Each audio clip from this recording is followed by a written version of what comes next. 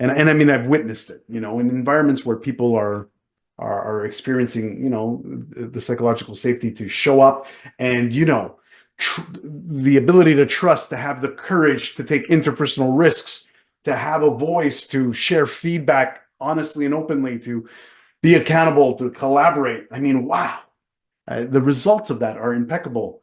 And so I'd love to think that, hopefully in that environment, the results could have been even greater.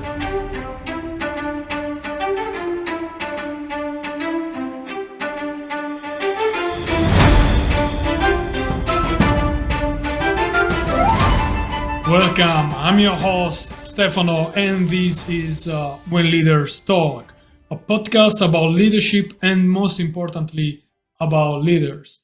This is a special episode of the podcast because it's not a normal interview that I normally have, but it's more like a conversation, a real back and forth with a great person. His name is Stefano, it's not me, it's another Stefano, Stefano Di Lollo. And we have a lot in common, not just actually the name. He's a Canadian, he's not Italian like me, but he has Italian origins. But most importantly, he's a coach like me. He's the Vice President of Leadership Development and Innovation, an executive coach at Pavilion MDC, who is a Canadian company. But he's also the head of the coach ecosystem at the Grand Heron International. And that's actually one of the organizations I cooperate with for coaching. We also share the great passion for coaching and leadership coaching. And this passion led us today to talk about the darkest side of coaching, the Dark Triad, the being narcissistic, Machiavellian, or psychopathy. So it's a conversation on the effects of the Dark Triad and what it means to present those kind of characteristics, if you want. There's also the impact on the people and the organization. And we also touch upon the measure that someone can use to really mitigate the effect of a dark leader, a person who has these traits and incorporates these in his or her leadership style. There is much more, so I'm sure you're gonna enjoy this conversation, even if it's not about funny topics. And please subscribe to the podcast. That's a way to keep the conversation ongoing with great guests like Stefano and the others I had in the past and become even better.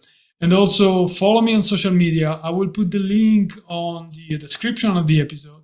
And you can also visit my website, masteryoursea.com, if you want to explore the coaching and also the blog that I have on leadership.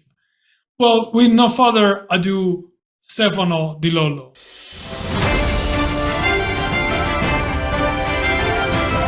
Stefano, we had this conversation, and while we were deciding what to talk about, at the end we decided for the Dark Triad. What makes this topic so important that we actually are going to spend an hour talking about the dark side of leadership? Yeah, that's a great question, because I suppose when we think of leadership and all the wonderful things we could be speaking about, it's interesting how we're choosing this darker side to kind of focus in on. But quite honestly, I really feel like this is a little bit of the invisible elephant in the room when it comes to leadership. It's kind of always present. We're both coaches here. We've heard this time and time again emerge in our coaching conversations with our clients. And so it is very much present. And yet, perhaps, I guess it gets dismissed. I don't know how much time is actually spent really getting down to what's this all about? Is there a positive side to it if we play the devil's advocate? Is it all negative? If it is so negative, why is it still ever present? And, when I speak to people about leadership, I think sometimes people assume that this darker side of leadership is kind of a thing of the past. It's the archaic way that we used to lead. And yet, I don't know if I know a single person that hasn't experienced the darker side of leadership that we're going to discuss today. It usually really resonates with people. They know at least one person that has had usually not such a positive impact on them, that displayed many of these either distorted thinking patterns or problematic emotional responses. Something of that nature has impacted them. So I'm quite honestly fascinated by it. I really am, and so I guess that's why this is a topic. And I even question if I would have pursued a career or a career shift in leadership and coaching had it not been for having experienced in the workforce some of these dark triad elements and behaviors. I am with you. I know, and since we started talking about this and thinking about this, actually, Mm-hmm. I really reflected to my past and my experiences. And of course, unless you have a tool to say, hey, this person presents the dark triad traits, and you don't, you can only assess, right? And yet, I really revisited those events and those moments, and time were long moments, like years long. And of Mm-hmm. course, they've shaped me. They had such a huge impact on the person I am and the choices I made. And as you said, becoming becoming a coach on leadership and executive, I think is a way to mitigate this kind of leadership. And even the question that you were mentioning, does it have a positive side? No. Does it have a positive effect? Also, because as we will explore, many people with dark triad traits do actually achieve the top of the ladder, right? Yeah. So there is something that I would say apparently good about it, and I guess we will go into this a little bit more. Mm-hmm. Mm-hmm. That's such an interesting question that many other people asked before us because there are plenty of resources on the internet. Yes. Right. What I would suggest before we move further, I think we need to define what we're talking about, right? What is the dark triad? Or what do we mean when we say, oh, this person presents dark triad characteristics? Yeah. Yeah. That's powerful. Powerful. I mean, I guess what led me to even have more of an understanding of what the dark triad traits were was originally a bit of an exploration of just the darker side of leadership in general. I was very intrigued by why some of us behave in certain ways. Uh, in fact, actually, this takes me back because about a decade ago, I wrote this article that I actually reread recently, and I realized how rudimentary it actually is now, before training of any sort in leadership or coaching. But really, what I called it, I believe, was something along the lines of every jungle has a snake. And I was talking about, of course, the corporate jungle. And I honestly think that that was me trying to find a way to find an outlet to vent, much like what you shared. Like I needed to kind of put it out there without necessarily finger pointing. And it actually led me to create an art collection. It was a zoomorphic art collection that I actually called Jungle Tie.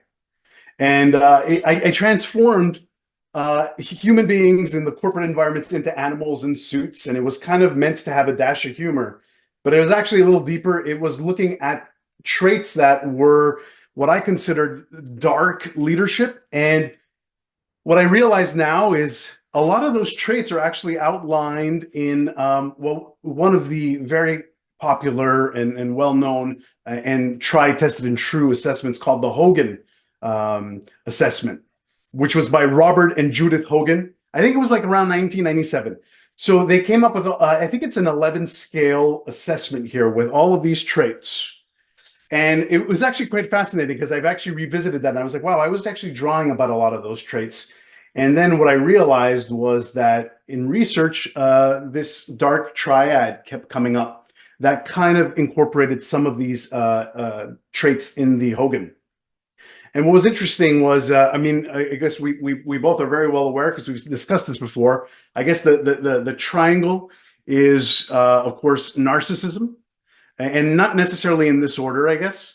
And Machiavellianism, and then of course psychopathy, which is not necessarily psychopathology, but of course there's a link there. I'm just curious now when I'm going through these, is there something I'm missing? Is there one that maybe did I get it right there, Stefano? Yeah, no, no, you got it right. You got it Okay. absolutely. And then those are the three sides of this peculiar, if you want, Yeah. leadership style. Let's call it like this. Let's call it There leadership is a style. fourth one that some actually mention. That is sadism. I know, Yeah. and that's why in some references you can find, instead of the Hmm. dark triad, the dark tetrad. So it's Oh like, yes. but I guess is might be or not be there, not necessarily. Hmm. And Hmm. if we go deep actually in the three aspects of the dark triads, starting with narcissism. Hmm. Narcissistic people are those who are, of course, self-centered, and Hmm. they want everything for themselves. But the most important part is that they still have the need of social interactions, Right. because that's how they feel fulfilled. That's how they Hmm. reach their accomplishment. So, Hmm. in a dark trial leader, for them, for a narcissistic component is the one who said, for example, I want to be famous, so others, I want to be strong, I want to have power, so others will admire me, will look at Right. me, right? Yeah. Hmm. So this is the first one. Then you have Machiavellianism. It's Yes. hard to say for me, probably because Machiavelli was Machiavelli. an Yeah. Italian, yeah, politician and diplomat. He wrote The Prince, and actually in this book, The Prince, he talks about strategic thinking and planning. But what he says also is that to achieve your goal, you can do whatever you want. So the For sure. Machiavellianism is kind of this manipulation of people to achieve your Hmm. goal, right? That's right. And Hmm. then you have the psychopath part, that is more like the ruthless part. The guy who doesn't have empathy will do everything. It can be very aggressive, but the aggressiveness is not just the uncontrollable outbursts. Can actually be premeditated, kind of proactive aggressiveness. That's Right. that's a special characteristic. Yeah. And what they share is a lack of empathy, and that's Hmm. the underlying thing. They lack empathy in a way. The narcissistic has what is called cognitive empathy, so it recognizes the emotions, just doesn't care much about it, Yeah. but he does. Or the Machiavellian may recognize as well, just use them for so. But the affective part of empathy, it means the feeling, the pain of the other person, and say, like putting the shoes of the other person on. Yeah. That is really lacking completely. Hmm. Hmm. Yeah. So, Powerful, and also, I mean, when we hear of these three together, it sounds quite frightening. At the same time, what I think is interesting is that it's important to note that these are really, subclinical, of course, yes, of maladaptive patterns versus diagnoses of any sort. And of course, what we sometimes know is that people will be quick to judge and label someone with what they think is going on with this person. But these are things that, behaviors that we can obviously observe. I love the way you kind of laid it out. Yep, the narcissist. You're right. I like that you said that there's at least there's an interest in the social aspect, because of course excessive vanity, excessive maybe sense of superiority, but then you brought it back here, but there is this strong need for admiration. Of course you need people in order to have that admiration. There's of course entitlement in there. I always think of the narcissist as, like, I always think of an example, and I always think of someone who will, let's say, take credit for something that they in no way contributed to. To me, that's kind of my example that I use when I think of the narcissist. Like, that person really, it just has to be about them, regardless of their contribution. Whereas I guess the Machiavellian side is a lot more cynical, maybe more manipulative and strategic. I think of, when I think of the Machiavellian person, I think of someone who basically says, no matter what, the end will justify the means. I've got to get Exactly. here. I will do whatever it takes to get this. So, of course, then morality and things of that nature start to get dismissed. But when you think of some of these traits of the Machiavellian, let's say, trait, I mean, there are some impressive things that if we were just talking business, some people would say, well, those are good aspects to have. Example, they're actually very good at, they're very calculated. They're very good at impulse control. They're very good strategic forward thinkers. They're very goal oriented, which as you hear that, you can start to think like, wait a minute, that doesn't It's not necessarily, all too bad, right? yeah, that doesn't sound, like it's always seen, as a negative thing. I think from what I've understood, Machiavellian uh, traits are the only one out of the triad that I believe there is no clinical correlation to, in the sense that if we were to go into the level of clinical, there's no evidence of a link with some sort of a disorder, though the other two, of course, do go into that realm where there are disorders at the clinical level. But what's interesting is, again, out of all of them, when I hear that one, that's the one that you start reading and you might start to think, I can kind of see why maybe for some environments, some cultures, workplace cultures, I can see how there are some maybe positives in there. Now we can question those positives, though. Are they really positives, or who are they positives for? Right. Um, Yeah, yeah, that's a good point. And it also depends a lot on the organization, on the culture of it, and especially in an organization that is very much goal oriented. Well, these people they might actually find fertile grounds and become successful, depending on what's your definition of success, right? But that's right. if success is, I'm sure for a narcissistic, would be to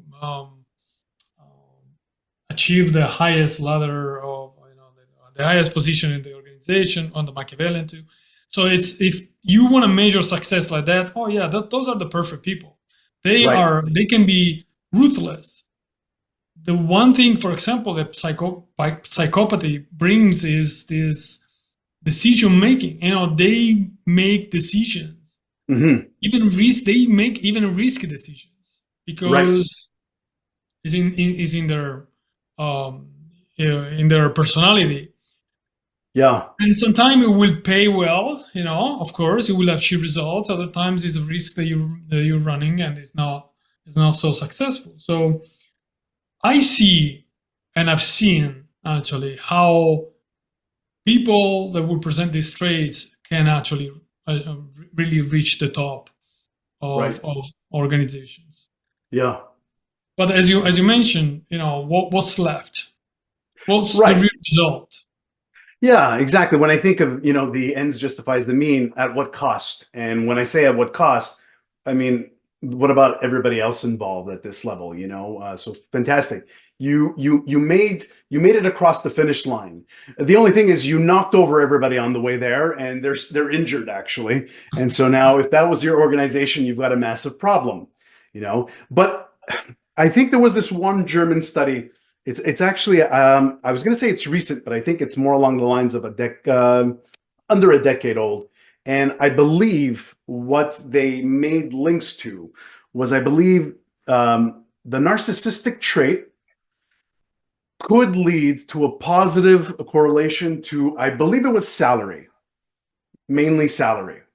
I believe Machiavellian, I believe it was more along the lines of your leadership position and I think your career satisfaction.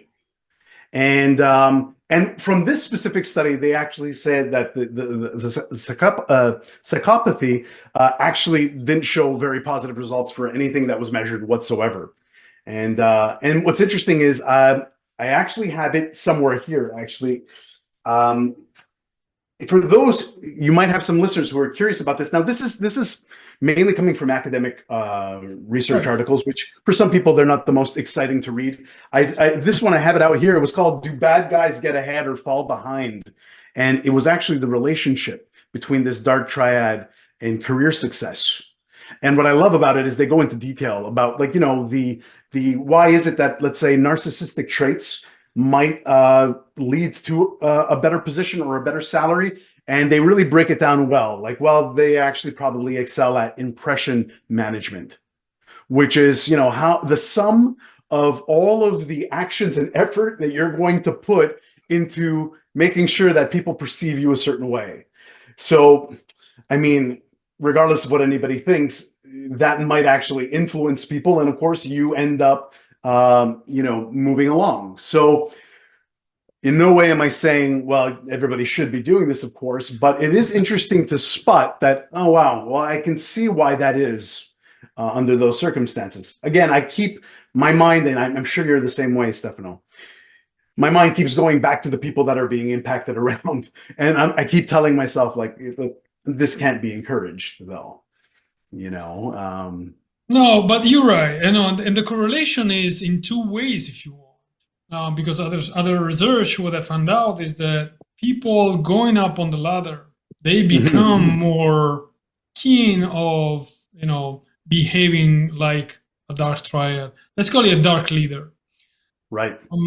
That's because the culture they are in actually enforce this type of behaviors, encourage this type of behavior. So you Correct. see that someone has become successful because they've been ruthless, aggressive, blah blah blah. And even if you were a victim, you look at this person like a reference and say, oh my God, I want to have the same type of success. I want to achieve the same things that that guy has achieved.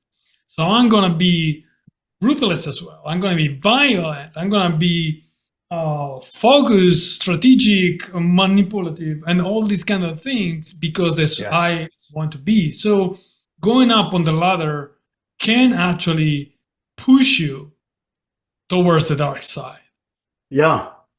Yeah, I believe I saw a lot turning up about, the influence that leadership has on the dark triad and vice versa. So quite literally, the climb up the ladder has an influence. But to your point, I suppose if you're in an organization where the upper management, the senior level executives, the C-suite are modeling a certain behavior that may be maladaptive, but hey, this is the way it seems to work around here. I can see why someone would say, well, I suppose that's what I need to emulate in order to achieve those levels. And so, yeah, I get that. And what's very interesting is from that same German study that analyzed if there is, like some positivity in some of these traits, what they did in their study, which I found fascinating, is they really wanted to put the focus on the relationship between, let's say, the leader who is displaying the traits from the dark triad, the follower who is either influenced or maybe reporting into that leader, and the leader of that leader. And they wanted to really look at the relationships here. And what they discovered, and I'm not sure if this really helps anybody at the end of the day, but what they discovered is that if you possess yourself, like if the follower possesses similar traits from the dark triad as the leader in question, they're less likely to be problems there. In fact, you can actually almost find empathy for this person displaying the traits from the dark triad because they resonate with you to a certain degree. So you might have more empathy for the person displaying the narcissistic behaviors because you understand maybe a little bit more of where they're coming from. They want to be admired. So do you. You get that. The Machiavellian aspect, you might actually team up there and try to actually have joint goals. So what's interesting is the reason I say I don't know if this helps anybody is because I can't possibly imagine an organization where everybody would be displaying the similarity in these dark triad traits, right? I'm thinking, how realistic is that? I can imagine a small group or maybe a specific industry. I'm not sure. What are your thoughts on that, Stefano? Well, my experience, having been in a place where actually, as you mentioned, there was a boss with dark triad traits, Mm-hmm. and then his boss was pretty much the same, and actually there was a third one that was really the Darth Vader, of the whole organization. Yeah. I can see how they teamed up. I mean, and that's true. They were yes and no. Actually, there were a kind of conflicts Mm-hmm. because you might be scared by someone who is very um, ambitious, like you are, right? Mm-hmm. So Mm-hmm. I think there are a combination of possibilities, and but I've seen people teaming up, but I also seen people being kind of pushing away the other person because they were either scared or they were different from a little bit different from them, and they were not really resonating. So Mm-hmm. there is a mix of things, but among all, I see a very diverse type of leadership and styles.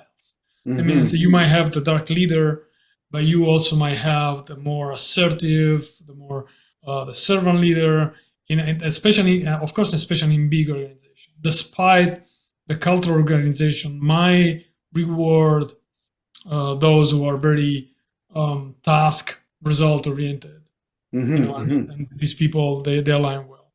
But that's of course my experience. But generally speaking, I think if we reflect how it was in the past, even big organization, even a government level, because Mm-hmm. there were, of course, we have plenty of examples of people that most probably, because once again we don't have any scientific proof to say this, but most probably they presented the dark triad traits. You might think of, for example, in Italy, Mussolini, or in Germany, Hitler, in Right. Russia, in the Soviet Union, Stalin, or in China, Mao Zedong. I mean, there are those strong personalities, but Right. man, they have done whatever they could to reach their position, Yeah. including killing millions of people. Yeah. Any rival was taken away. But It's what scary. I'm right, yes, it's scary. But despite they were enforcing this type of culture, they still have people thinking in a different way. They were probably in prison most of the times, but Mm-hmm. Mm-hmm. um, so there is that diversity. I have hope for humanity from this point of view. Right. Yeah. Yeah. Well, you know what I will say, and this didn't necessarily turn up in anything that I read, but when I have witnessed environments where, let's say, there was at least more than a few people displaying some of these dark triad traits, what I've witnessed was that at some point they cannibalize each other. And it just got very brutal because, of course, when you don't have a strong environment of psychological safety, when you don't have trust built between people, of course, the minute you slip up, someone pounces. And I talked a lot about this. I always think of wolves in the wild with the alpha wolf who is, ruling with an iron fist. And of course, the minute he has a limp, the others pounce in. It just frightens me to be in that environment. But I do, to your point, I do have faith. I do have faith. I don't know. I think there are a few facets as to how the solutions to address this would work. We can maybe get to that in a bit, but I do have faith. I mean, I don't think someone like myself or like yourself would be in the line of work that we do if we didn't have that faith and ultimately believe in human potential above all else. And it's actually quite when I think of the triad, especially when you go through all three aspects, well, first off, I think it's quite rare for people to have exceptionally high levels of all three. First off, I think that's an important thing, to have exceptionally high levels. But what I found really interesting was research that suggests that many of the leaders that have climbed up that metaphorical ladder to certain positions, many, I think a greater percentage than not, actually displayed some form of these traits. And it also leads me to think, and it brings me back to that art collection. I remember I had created all these characters, and at one point someone asked me, "Hey, which one of these is you, Stefano? You've created them, right?" which one represents you, which was crazy because I think in my mind, you're always putting yourself into the shoes of the hero or the victim or the defender. And I had to take a step back, and my answer kind of surprised me at the time. I was like, actually, I think I see myself, a little bit of myself in each and every one of them, actually. Because to a certain degree, we all possess probably certain levels of this at some level. Now, whether it's at extremes where it actually starts to, show up in ways that actually start to harm people is a whole different story. But it's just interesting because when I think of the triad, I think of some of the names that you mentioned, and when I think of some of the people that I've witnessed with these dark triad kind of traits, they didn't come up. You wouldn't see this person and attribute the dark triad to them. And maybe someone can argue that that's probably the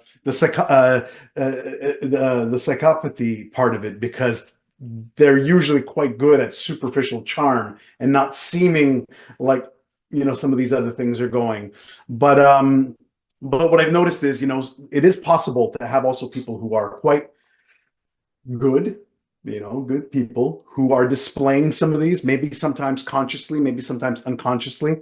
And I'd like to hope that those people can kind of get to the place where they can recognize this and maybe work on themselves. Oh, you're touching upon you're touching upon such a sensitive topic, because I actually have been asking myself, Yeah. can a person with dark triad traits recognize what they're doing, the negative impact that they have? And I actually had a conversation with someone about this, and the first answer is no, I can't. Even if you put them in front of a mirror, they will not see themselves. Yeah. Even if you try to hold the mirror for them, they won't see themselves, because it's not what they think they are. Whatever they think they do is good. They look at themselves in a positive way.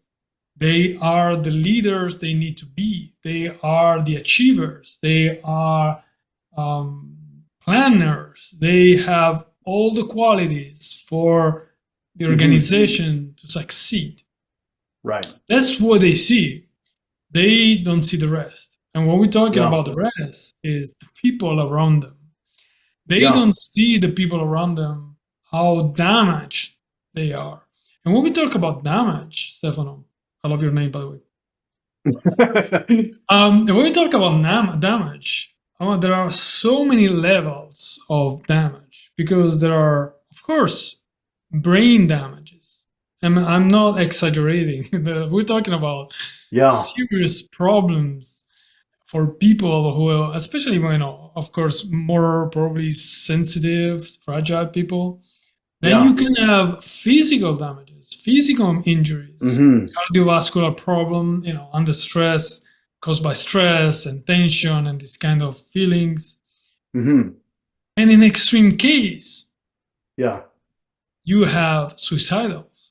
You have people killing themselves because they cannot bear this war, this pressure anymore.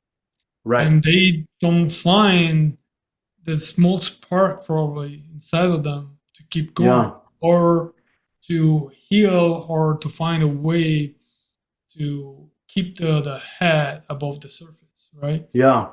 And this is the sad part. That's the sad part. And I think the only way to have a leader like this really being able to look in the mirror and see what they are for what they are is changing everything around them.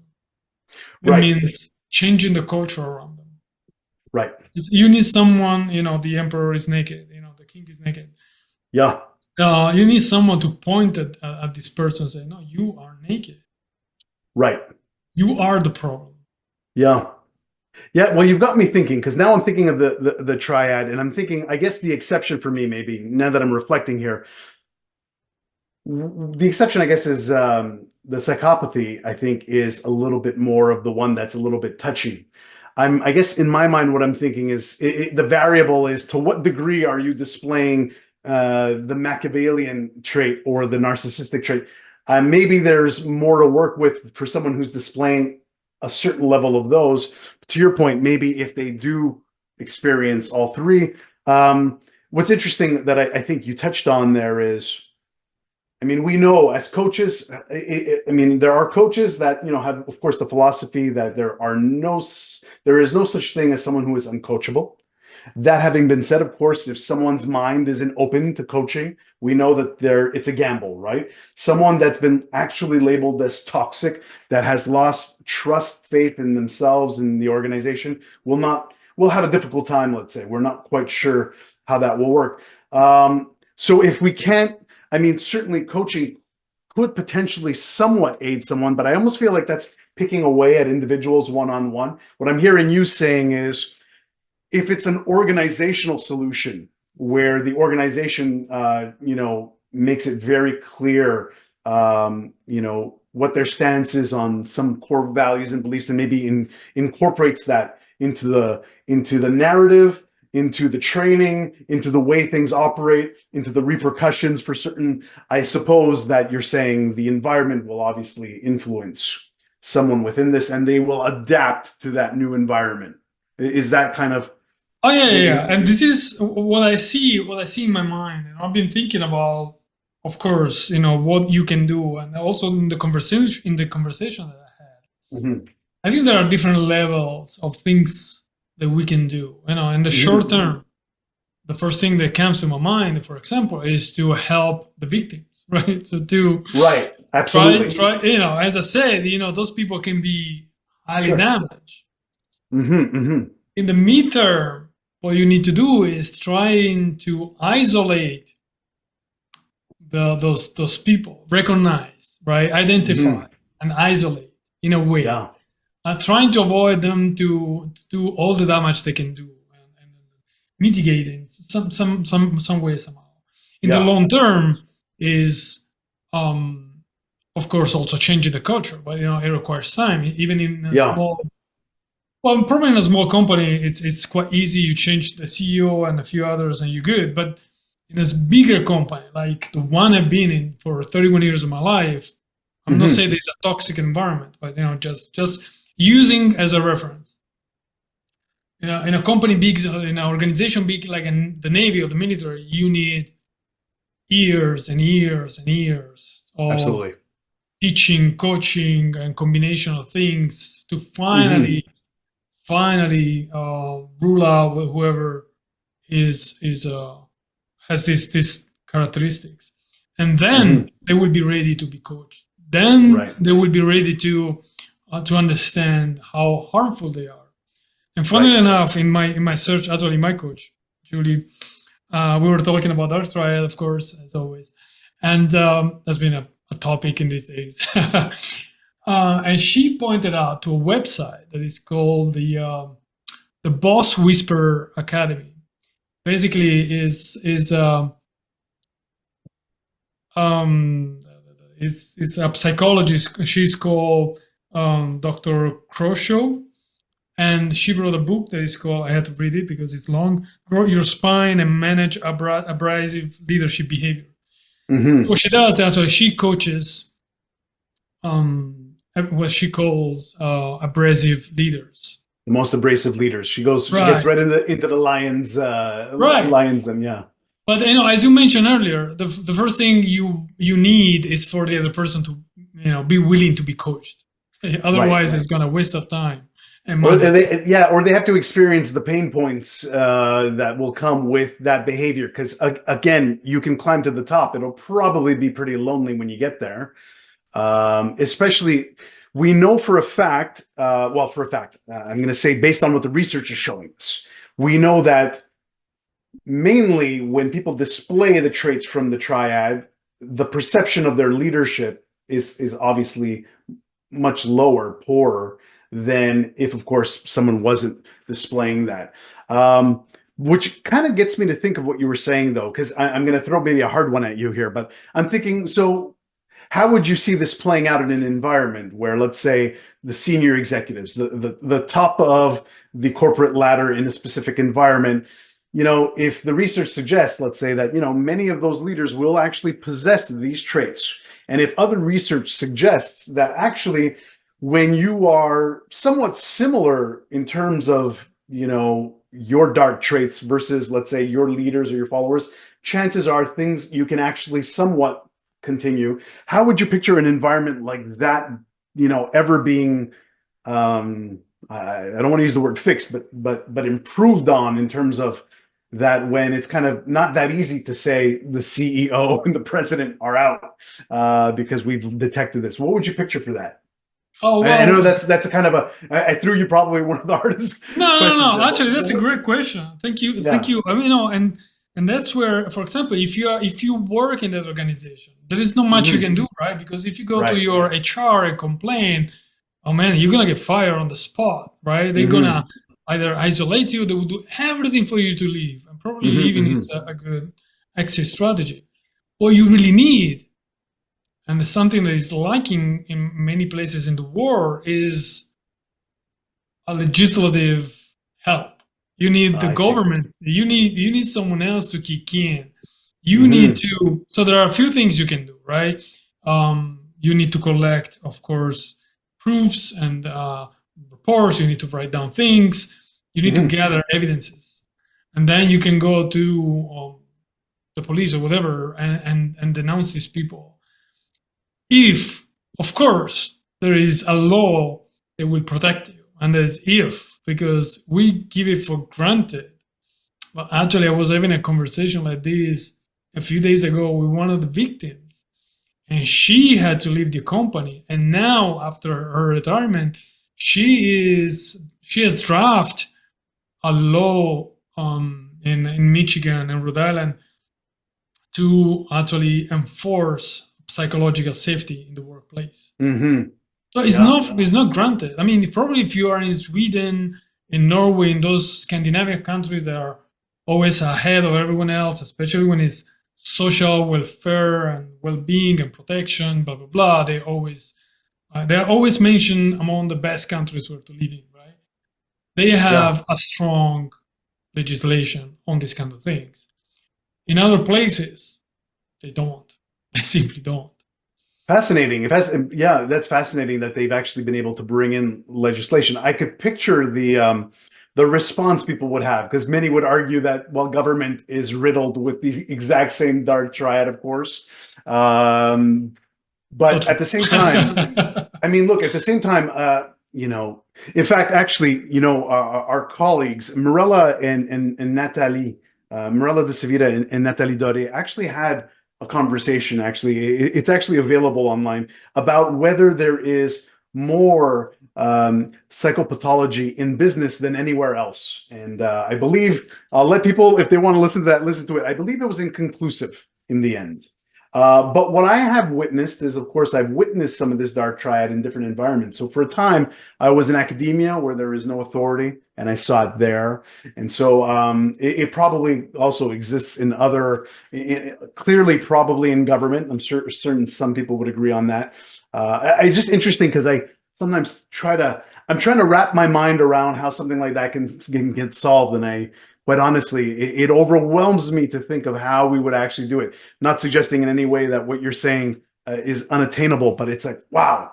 But to your point, I guess, you at least to be able to recognize, for someone who is, not thriving clearly in this environment, I guess it's very important to recognize when this does not, work for you, and that you Well, probably are best, maybe, yeah. the one thing is this, employers are always, and that's the law say, responsible for safety. And then the Hmm. law, but what the laws implies is normally the physical safety. So you need to Yeah, wear your protections, blah, absolutely. blah, blah, these kind of Yeah. things. So they look at you from your physical point of view. The moment you're injured, you've broken an arm or whatever, well, the employer is gonna go through hell because they're gonna, they're gonna be inspections and review of paper and so on and so forth. When Hmm. it comes to mental injuries, Yeah, I'm not I saying hear there is you. nothing, but it is much, much less. And of Yeah, course, it's harder to assess. You absolutely. can X-ray an arm and notice if there is a broken bone, with the brain. I mean, now there are tools, there are tests, there are a lot of scans that you can do, so it's more evident. But the brain is probably the organ that we have is still mostly unknown. But I want to ask you a question. Actually, because you Sure. mentioned about your own experience. So Yeah. I'm curious, how did you cope, with this type of leadership? That's a really great question. Um, well, first, I mean, I think I'm fortunate enough to maybe have in my DNA a certain resilience and grit. Though, when I think of my experiences, I'm not quite certain if I would define myself as an absolute victim of those environments. However, I did witness people who were impacted to a much greater degree. Um, so I think a part of me was very reflective and very capable of kind of seeing without knowing what I was like seeing in the other person, witnessing something that I recognized probably had a lot more to do with that person than it did with me. And somehow it's a good question because I don't know if I did not resort to coaching. I did not, find any kind of instant solution for me. Somehow I just really, I think, focused on, I guess, my locus of control, which I felt it was me, and what can I influence and what can I control. And I think I was crystal clear with my own values, beliefs, and boundaries as to what I was willing to accept and what I wasn't willing to accept. Now, I can't honestly say that I experienced moments where the environment was, so brutal that I walked away damaged. And I know some people, really do experience that. So perhaps that's part of it as well. It's probably a combination of the fact that I didn't go to that level and maybe a little bit of my own kind of personality. Maybe I'm a little bit, stubborn in my way of being and said, like, I'm not going to let that kind of affect me, though I have seen it affect others. And of course, I live it through clients when they come and they share. And that's when I kind of go into that mode to try to help them kind of deal with what they're experiencing. I read somewhere that, one of the things that people should we try to do is to have empathy for this person that is displaying the dark triad traits. I don't know how realistic that is. I think to a certain degree we could do that. I think to a certain degree we are still triggered and injured by what we're experiencing. So it's hard to kind of sometimes step into that mode of empathy when we're simultaneously being injured by the person. But the thing with my example as well is I'd like to think that the people that I was experiencing, let's say, dark triad traits with were still capable of looking at themselves in the mirror and recognizing that they were having a negative impact. I don't think all of them got there, but I do think they had that possibility. I don't think they were as maybe as Machiavellian as they could have been. Perhaps they didn't have the psychopathy as an issue. I certainly experienced mainly the narcissistic traits and the Machiavellian traits, but probably the degree even at that wasn't extreme. I'm curious now that you asked me the question, I'm kind of almost curious about yourself. Did you experience maybe something a little bit more extreme than what I'm describing? I think I did. I mean, it's once again, it's hard to assess, right? You don't have Hmm. any real tool to measure whether a person is Right. narcissistic, psychopath, or Machiavellian. Hmm. Yeah. But given the descriptions and all the readings that I've done in this few weeks, and I do think that especially one person was really the Darth Vader. And actually, it's funny that I say Darth Vader. Darth Vader is, of course, is the metaphor. It's easy metaphor. If someone Absolutely. knows Star Wars, is the Jedi who jumps into the dark side of the That's Force, right. right? So he's That's the right. evil by definition, even if there is actually someone even more evil than him. But the point is that actually it's funny because I remember joking with my colleagues, and when this person was actually passing by or whatever, we would make the noise of the mask of Darth Vader, this kind of heavy breath through the mask. Yeah. So I do think, yes. And I remember vividly the sense of fear that this person was able to transmit, not just to Really? me, but to everyone around them. Wow. Um, this uh, look that he had, and this looking at you from above, Hmm. right? And this way of giving orders. And in the military context, it's very easy, but his way was definitive. Was always definitive. He would never allow a no or a but. What if? No, it was. This is my way, and my way it is. Hmm. And that, if you think about this, the effects of this, among other things, it's not just the fear on the spot, but then, you're taking away initiative, you're taking away trust, you're taking away motivation, and there are a lot of secondary degree effect that are even deeper than the simple fear that you might have on the moment. Hmm. He was the one thing I've been admiring him until now that I understand what that person is was he was a decision maker. So there was something to do, and man, there were no delays. He will read the paper, make a decision, and that was the way. And then everyone will row in the same direction by Hmm. fear, Hmm. not because we were sharing an idea. No, it was simple fear, and people could be fired on the spot. I'm not joking. Not probably fired from the Navy because that was impossible, but quite impossible, unless you do something very stupid. Right. But he was able to make you change job. If you had, I don't know, a position, let's say a commanding officer of a ship, and that's an easy example. The next day you might lose your position and go somewhere lost in one of the remote Wow. corners of the Navy. It was the power he Wow. had, and that was what he was able to leverage many times, not just with the people working with him. There was the whole Navy, but also with people he interacted and even higher level. So yes, not a pleasant experience. I've learned a No. lot though. I've learned a lot. I really learned a Hmm. lot. And the one thing that impresses me, is that as of today, if I talk to some of my colleagues about this person, there are people that still think that he was a good officer. He Hmm. was good. He was great. He has done a lot for them. Right. And that's because they see the results I think, in terms of numbers and things. They don't see the That's damage. right.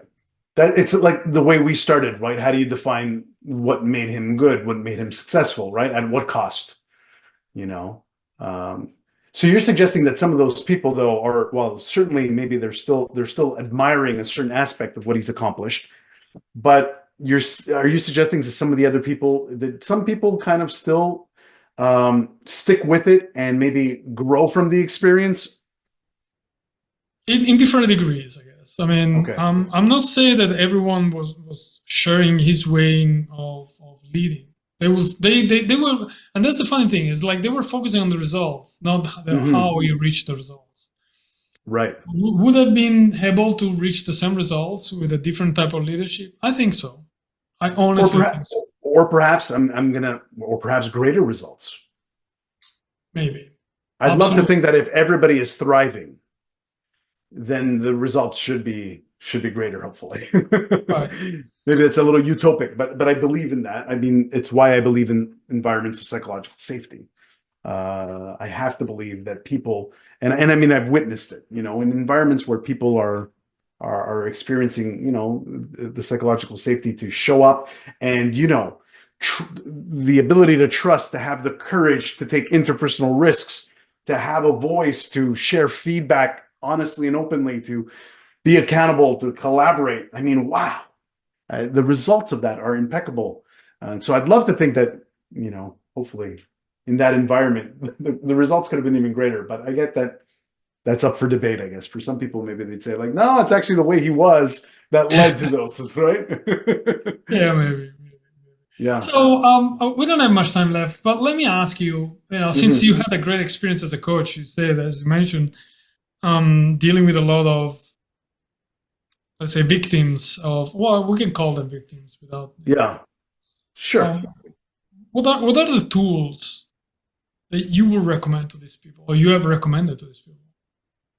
Well, really, I mean, to me, the coaching is on a one-on-one level. I think it's a fantastic opportunity for the person to get past, like, let's say the parts that they're struggling with the most, which out of a room of 10 people, dealing with the same dark triad from someone, of course, different people will require different aspects to help them kind of deal with it. But on a second level, I mean, to me, it comes down to even just the education.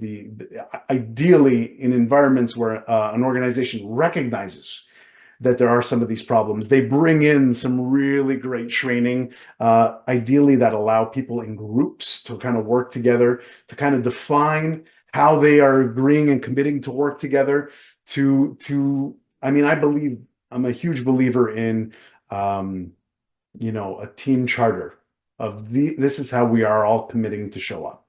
And I also am a huge believer that it has to be upfront and visual. It can't be something that you discuss in a conversation or that you have a file somewhere hidden in your hard drive somewhere.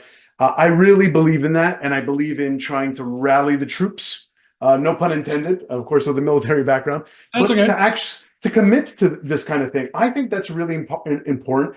I think a lot of people don't even recognize what an environment of psychological safety or one that lacks it even looks like.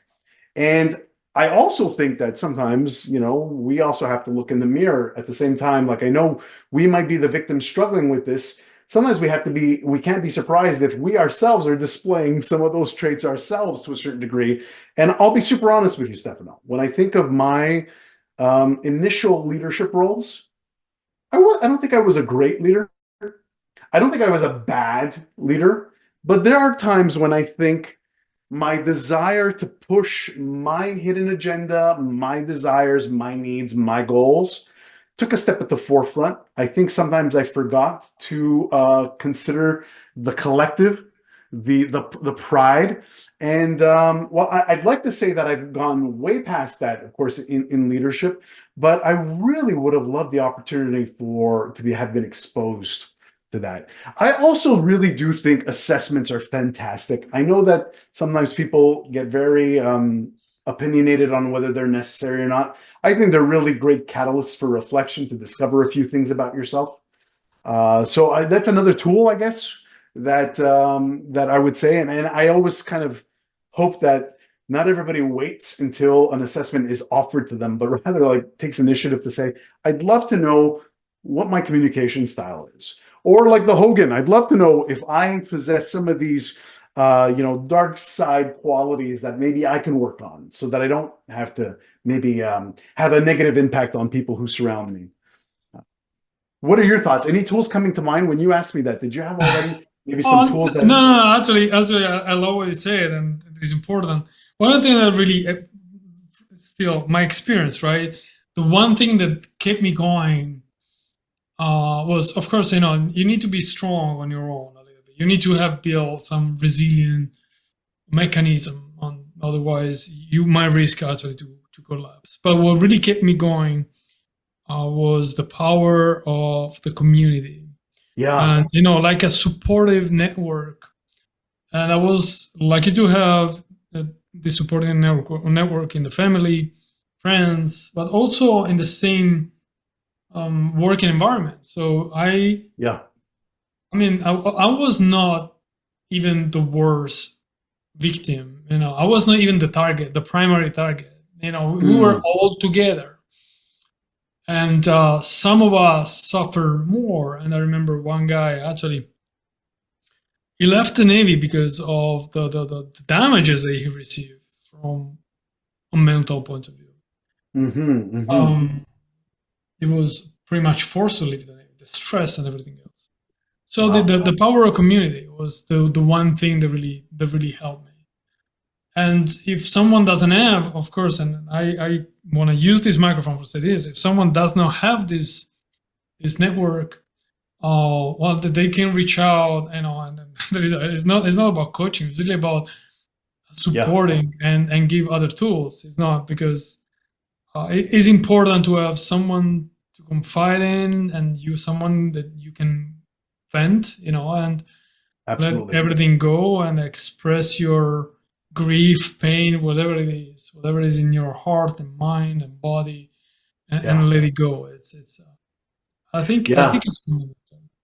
I honestly, I love that you brought that up, and it kind of made me feel a little foolish because I'm thinking back and I'm like, how could you have missed that part? Because the truth is, I'm giving myself credit. Oh, well, I must have more grit or resilience. But the truth is, I think isolation is a very scary thing. And I think everything is much more difficult when you are isolated and not able to turn to at least anybody. And so to your point, I actually, and I've been doing this for quite a few years, I have what I call a council. It's just 3 people. And it's not always the same 3 people that I actually turn to. And we actually make it a point to meet up and discuss the highs and the lows and where we're struggling. And I call them my council because, of course, they're kind of a little bit of a support system.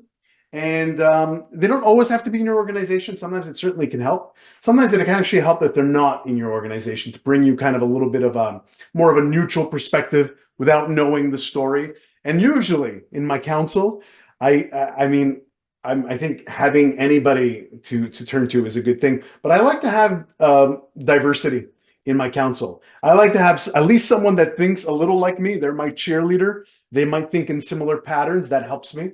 I like to have someone that is the contrarian, that I think this way, they think that way.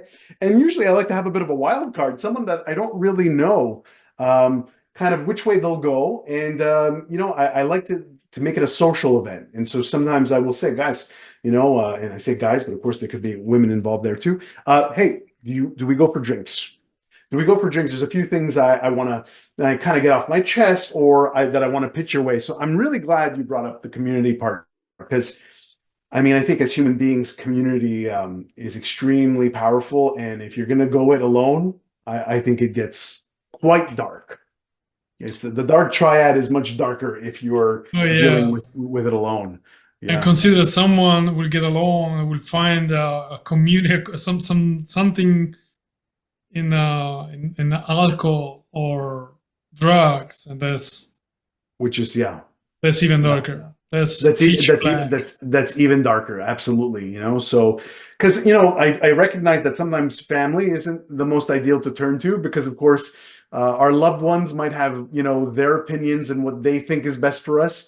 But at the same time, to your point, I mean, as long as you have a little bit of a support circle, and even if it means it's a stranger, you're right, to reach out to someone and say like, look, hey, can I share with you something that I'm going through? I mean, I think that's probably one of the best tools actually there is actually. Yeah. Fascinating topic. I mean, personally, I could talk about this for hours. Oh, don't tell me. Unfortunately, because it means there's a lot to talk about, but yeah, it's not a good thing. I prefer talking about good leadership and also. Yeah, but at the same time, I guess we have to talk about this in order for us to work towards good leadership. Oh, yeah. You can't have dark without light. So no, there are all the shades of leadership. That's right. It's not just bright, not just dark, and we can. That's right. We normally live in between. There, trying to be the best leader we can, and so on. Absolutely. Well, Stefano, thank you for this great conversation. I really appreciate it, and the time really passed by in a moment. Likewise, and I feel quite honestly, Stefano, like this isn't our last conversation on this topic, and of course many of the others that maybe we would prefer to be talking about. But I thank you. Of course, it's always a pleasure to connect with you and to be a part of this. Actually.